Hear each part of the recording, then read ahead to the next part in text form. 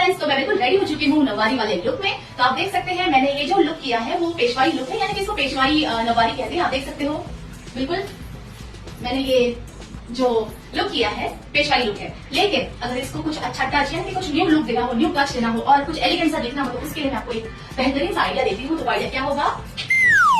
वो होगा आइडिया ये दुपट्टा। लेकिन इस दुपट्टे को नॉर्मली हम लोग हमेशा पूजा पाठ में या फिर इस तरह से हम लोग इसको अक्सर लेते हैं।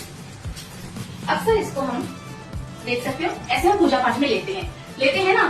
काय कसं काय महाराष्ट्राने हो की नाही, आपल्या महाराष्ट्रामध्ये जेव्हा आपण पूजा पाठीला बसतो तेव्हा हे आपण जो आपला हा दुपट्टा आहे असा घेतो, बरोबर. पण जर ह्याला एलिगंटचा लुक द्यायचा असेल तर तो कसा द्यायचा, चला पटकन बघू. जास्त वेळ न वाया घालवता हा दुपट्टा फक्त आपण इथे असा घ्यायचा आहे आणि जसं आपण आपल्या गुजराती किंवा आपण जेव्हा राजस्थानी लुक करतो तेव्हा आपण काय करतो, आपल्या स्कर्टच्या इथे आपण इथे अशी ओढणी घेतो, बरोबर की नाही. ओढणी घ्यायची, बरोबर. ही आपण ते टक केलेली आहे आणि जसा हा पाटसा हिस्सा आहे आपला, तो दुपट्टे का जो लास्ट कोन है इसको पकड़ के भी हमें यहाँ सेट कर देना है, ठीक है.